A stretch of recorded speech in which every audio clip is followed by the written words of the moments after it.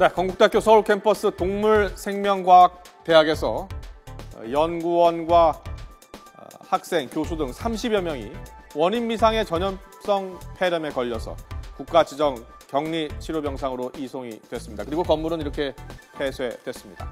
환자는 하루 사이에 10명이나 또 증가했습니다. 이 짧은 시간에 빠르게 전파된 이번 증상의 원인은 아직 밝혀지지 않고 있죠. 학생들과 시민들이 불안해하고 있습니다.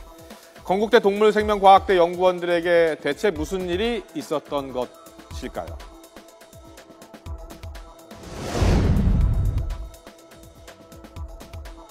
초기에 감염 증상을 보인 대학원생 4명은 모두 동물 영양실험실 소속으로 지난주 젖소 품평회에 다녀왔다고 합니다.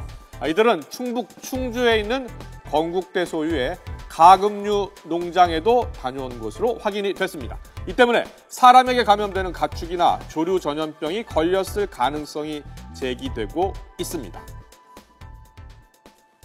젖소 품평회에 참석했는데 그 폐렴 증상이 브루셀라와 비슷하다고 하기 때문에 혹시 가축으로부터 감염될 수 있지 않을까 염려를 하는 차원에서 예방 조치를 취한 것입니다.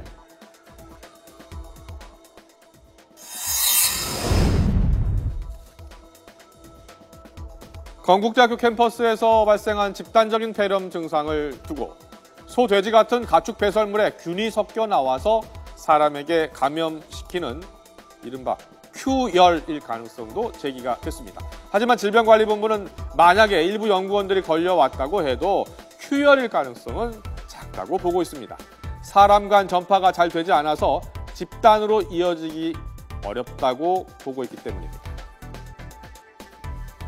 또 일부 환자에게는 사람과 가축이 동시에 걸리는 이 브루셀라증과 같은 인수 공통 감염병 증세가 보여서 정밀 역학조사가 이루어지고 있는 것으로 전해졌습니다.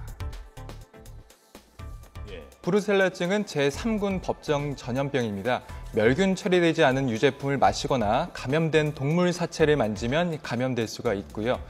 그리고 또 소, 돼지 같은 가축 배설물에 균이 섞여 나와 사람에게 감염시키는 큐열, 이 큐열일 가능성과 또 감기와 비슷한 증상을 보이는 마이코플라스마로 인한 폐렴일 수도 있다는 의견도 나오고 있지만 아직 확실한 것은 아무것도 없는 상황입니다.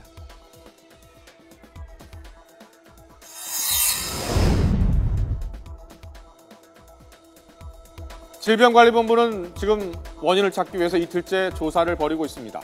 하지만 지금까지 실시한 검사에서는 뚜렷한 발병의 원인을 찾지 못한 상태입니다. 이에 보건당국은 중국에서 유행한 조류 독감이나 실험실의 화학물질 흡입에 따른 폐 손상 등 여러 가지 가능성을 열어놓고 원인을 찾고 있습니다. 질병관리본부가 현재까지 밝힌 건국대학교의 집단 폐렴 증상 환자는 모두 31명입니다. 이들 가운데 23명은 국가 지정 입원 치료병상에서 격리 치료를 받고 있고요. 상대적으로 증상이 경미한 8명은 자택에서 격리 중인 상태입니다. 이렇게 빠른 전파력을 가진 건국대의 폐렴을 차단하려면 어떻게 하는 게 좋을까요? 전문가는 철저한 역학조사, 방역만이 최선이다라고 조언하고 있습니다.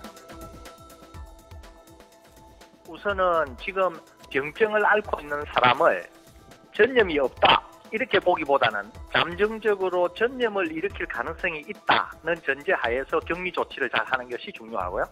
두 번째는 감염을 일으킨 원인체가 무엇인지를 가장 빠른 시일 내에 확인하는 것이 대단히 중요합니다.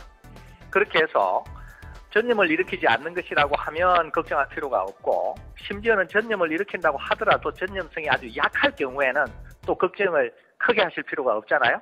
그래서 지금 격리를 잘 유지하면서 원인이 무엇인지를 확인해내는 게 지금으로서는 제일 중요한 일이다. 이렇게 볼 수 있습니다.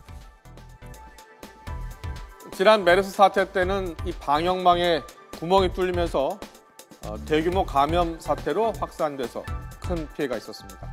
이번엔 초기 대응에 만전을 기해서 많은 국민들이 불안에 떠는 일이 없어야겠습니다.